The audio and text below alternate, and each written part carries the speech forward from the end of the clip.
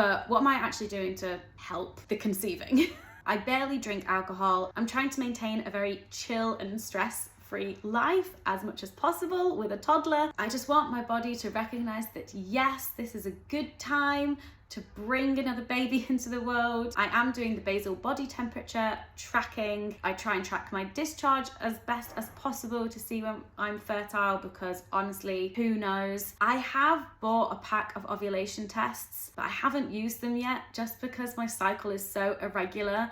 I could use every single one. I bought a pack of 20. I could use all 20 of them in one cycle and still not have got a positive result and still not have ovulated, and then I would have to buy a whole other pack. But I have already bought one, so I might as well use it, but then will I get into the habit of burning through ovulation test kits? I don't know how I feel about it. I've also spoken to my GP because that 76-day cycle was ridiculous. So my GP has prescribed me a medication called metformin. It is a diabetes medication, but a lot of people with PCOS take it and seems to help with conception. I only just started taking it at the beginning of my current cycle and I haven't ovulated yet, so who knows, we shall see. And then this next thing is quite tricky to talk about, especially on the internet where nuance is dead. But when I got pregnant with my first, I was in the best physical shape that I had been in since I had my major surgeries. I was cycling everywhere and I was playing tennis like 2 to 3 times a week. I am by no means in that same physical state. After I stopped breastfeeding, I gained a bunch of weight and I don't cycle anymore. I do still play tennis, but at most once a week, definitely not 2 or 3 times a week. And then also, since my toddler has grown up and isn't really napping as much anymore,